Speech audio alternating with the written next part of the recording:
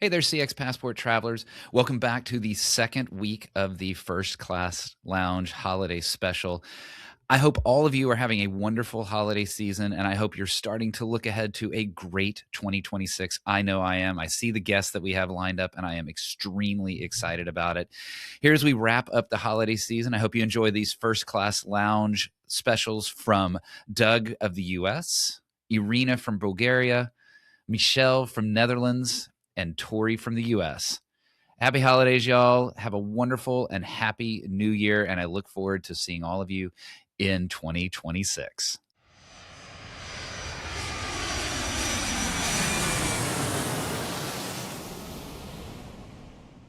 Doug, I love that unique thing. And truly, I'm glad that this may come out on or around Final Four time. So if anybody's heading to San Antonio, check out the Cove. But don't check it out before I get a chance to, so that the lines don't get too long. One thing that the distance between where I live and where you live, it's only a 5-hour drive. So first class lounges aren't that big of a deal. Between maybe Buc-ee's would be the equivalent of the first class lounge there on I-35.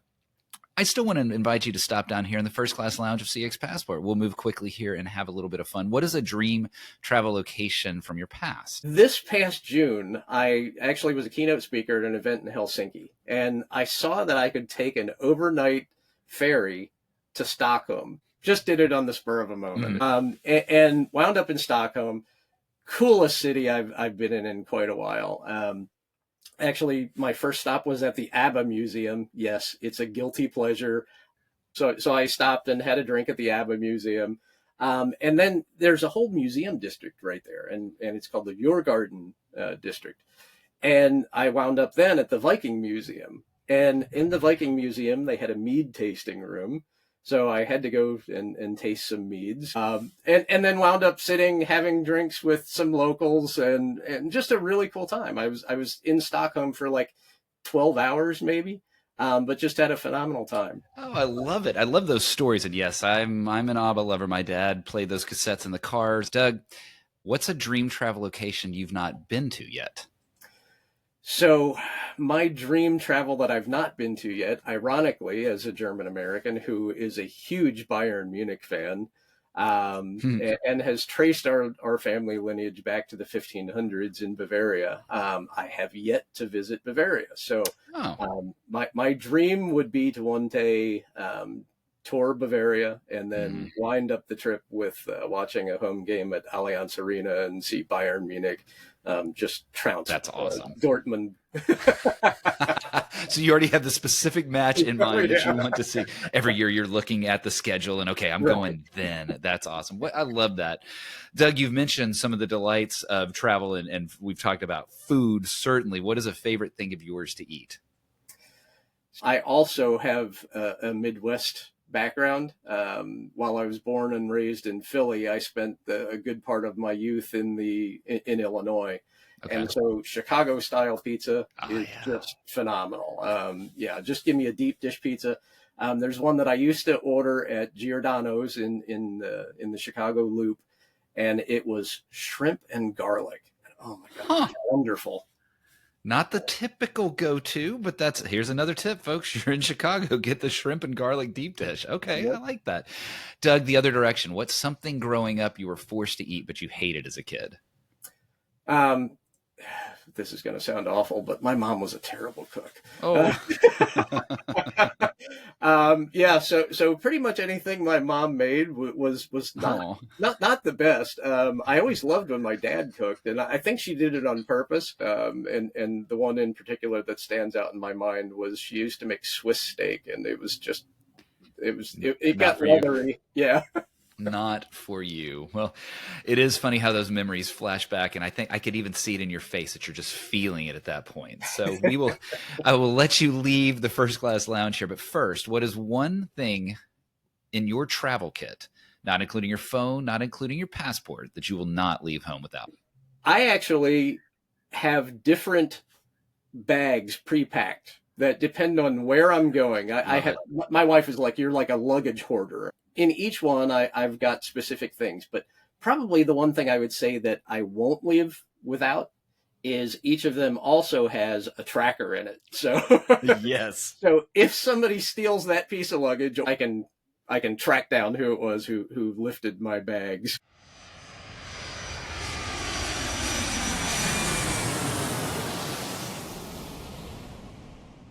Irina, I like that story, and I like it's interesting how you describe both that there's a very critical nature, like an expectation set, but then also a very giving nature to the element of experience there in Bulgaria. I do hope someday to get there. And for me to get there, it involves a long flight to get over to Bulgaria. And I'm sure you've had, as you traveled the world, some flights that you have wanted to or been able to stop down in the first class lounge. And so I invite you to do that with me today. We'll move quickly here and have a little bit of fun. What is a dream travel location from your past? Vietnam. I really, really enjoyed Vietnam. Yeah, it was a great. How long ago were you there? 5 years ago, I think. Tell me, so that memory sticks with you that vividly from 5 years ago. Tell me a little bit about why. What was it about Vietnam that you loved so much?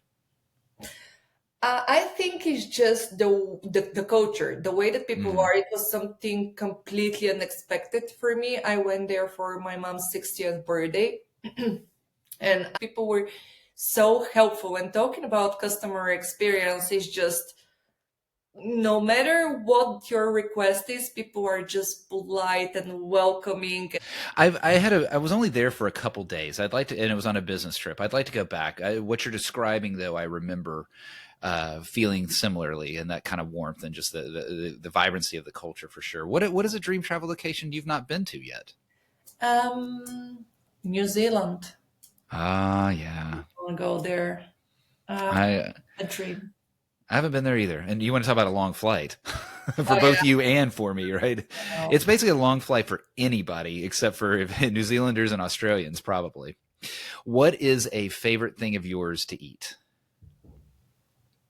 Oh, you know what? That will be very weird, but I'm crazy about edamame. Like, I mean, I love sushi, but when I go to a sushi restaurant, I'm full by the time that the sushi comes. I can just continue eating edamame for sushi. That's awesome, man. Yeah, some good edamame. I haven't had that in a bit. I think I need to go out there and get me a little edamame. But let's go the other way, though. Growing up, what was something you were forced to eat but you hated as a kid? Something that I hated eating and now I completely love is nettle. My husband, who is Dutch, also didn't know about it and that you can actually eat it. Of course, it needs to be processed. So I brought him to a restaurant in Bulgaria and I told him, oh, you know what? We're gonna eat traditional Bulgarian nettle, Okay. right?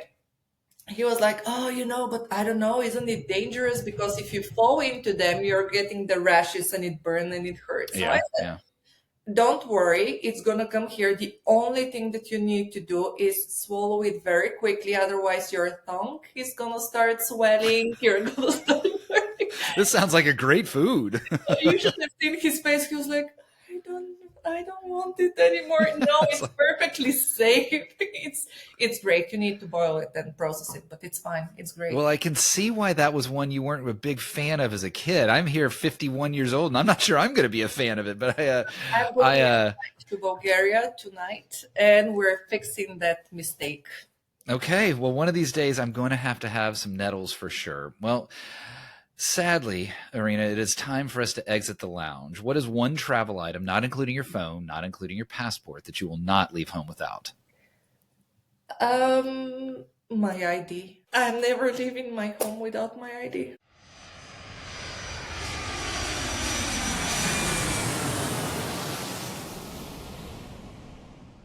A lot of times we're on these long flights, we're on these long paths, and we need to take a little break. And it is wonderful when you get to have access to the first class lounge. So I am going to give you access to the first class lounge today on CX Passport. We'll move quickly here and have a little bit of fun. What is a dream travel location from your past? Oh, that must be the northern of Sweden, close to where Santa lives. That's in Finland, but it was just that region, northern part of Sweden and Finland. That is magical. I took it. My honeymoon was there, and it was fantastic. Really? Yeah. That's not a place that I hear a lot. And it comes from, I'm not necessarily talking to folks that are from that region. Describe the northern parts. I think a lot of us have a familiarity with the cities, but not so much some of that natural area, other than, of course, the pathway to Santa and his North Pole experience.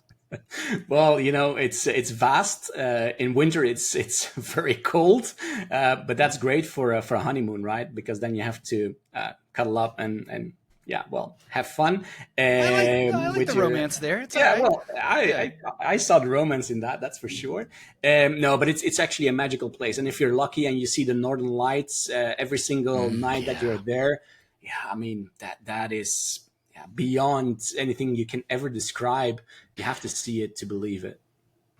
And that's what I hear about the Northern Lights. Something I haven't experienced yet is that it looks pretty in a picture, but it's not the same as having seen it right in front of your eyes going over your head.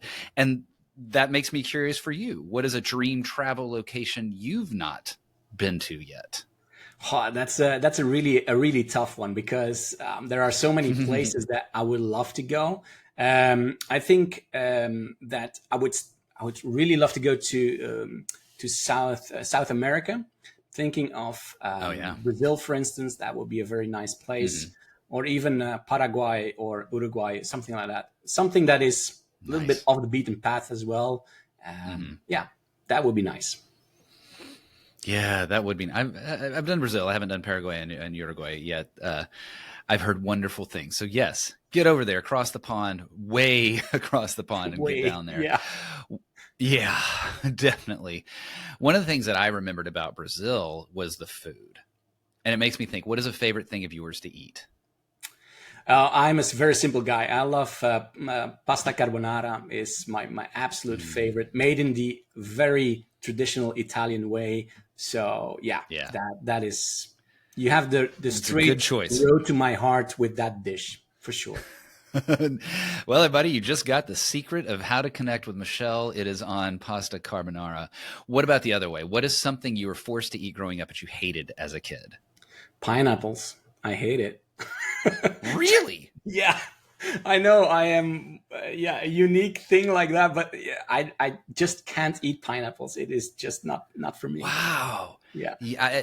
200 plus episodes. I do not think I've heard pineapple before. You win. It's hard to get a unique answer then. Oh my gosh. Pineapple was always one of my favorite fruits growing up, strawberries and pineapples. And here you are. It's the one that you just resisted.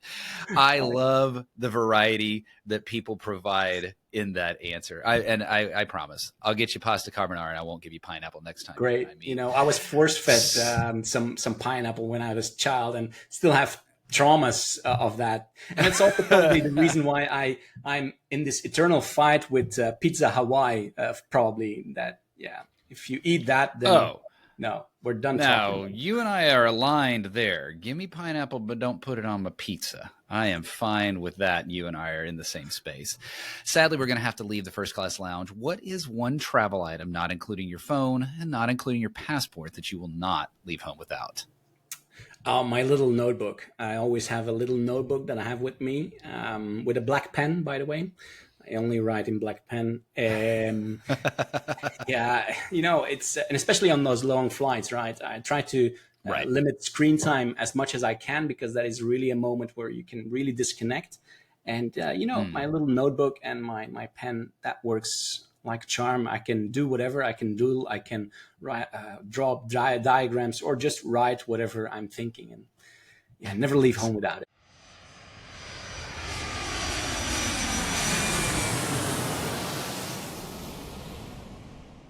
Tori, I think you encapsulated in those last few minutes why travel is the birthing ground of empathy. Why I would almost joke that when people say, maybe you can't learn empathy, you're born with it, but I guarantee that shove anybody in a culture like you're describing and have them experience 7 years starting without understanding the language, travel and living abroad, that really develops empathy. One thing that traveling also develops is fatigue. And some of those flights and trips, I imagine you have had some significant fatigue, and it has been nice to stop off in the lounge when you've had that opportunity. And I invite you to do that with me today. We're going to move quickly here and have a little fun here in the First Class Lounge. What is a dream travel location from your past? I took an amazing road trip with my husband while we were living in London because Europe was so close. We went to the Basque area of Spain in San Sebastian. Yeah. And road tripped through Spain, through the north of Spain and into France. Mm-hmm. And that was incredible. It was just a food and wine fest. Like That's our it. own personal food and wine tour that went on for a couple of weeks. It was incredible. Yeah.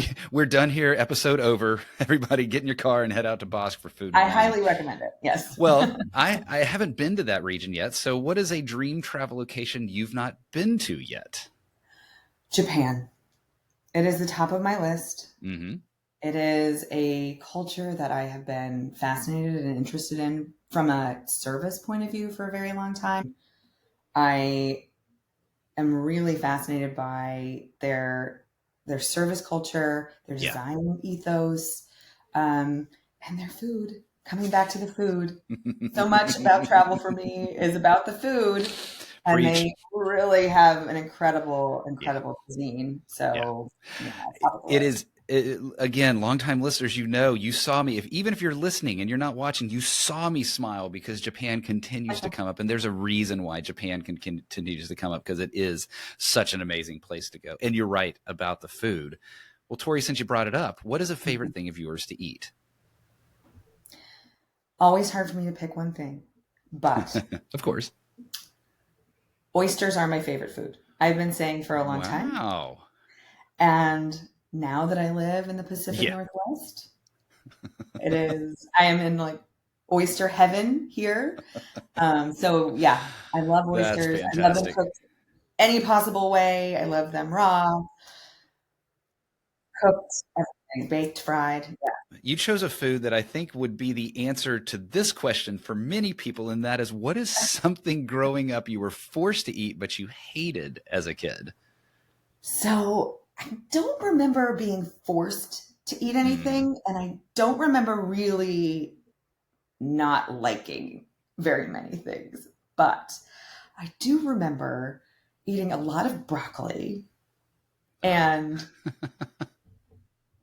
I didn't really want to eat the broccoli. And even as a kid, most kids don't. And so I would eat the butter off the top of the broccoli, like when no one was looking. Oh, and I like that.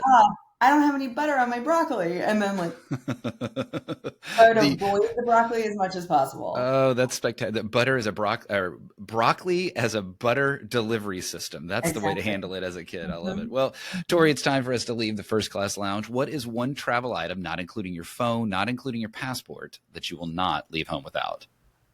I always travel with a journal and a pen.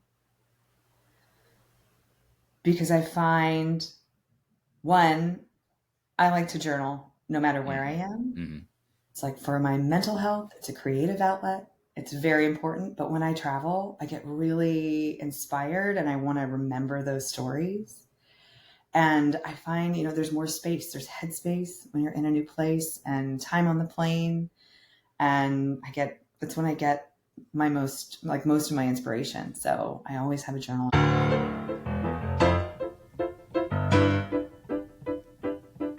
Thanks for joining us this week on CX Passport. If you like today's episode, I have 3 quick next steps for you. Click subscribe on the CX Passport YouTube channel or your favorite podcast app. Next, leave a comment below the video or a review in your favorite podcast app so others can find and enjoy CX Passport too. Then head over to cxpassport.com for show notes and resources that can help you create tangible business results by delivering great customer experience. Until next time, I'm Rick Denton, and I believe the best meals are served outside and require a passport.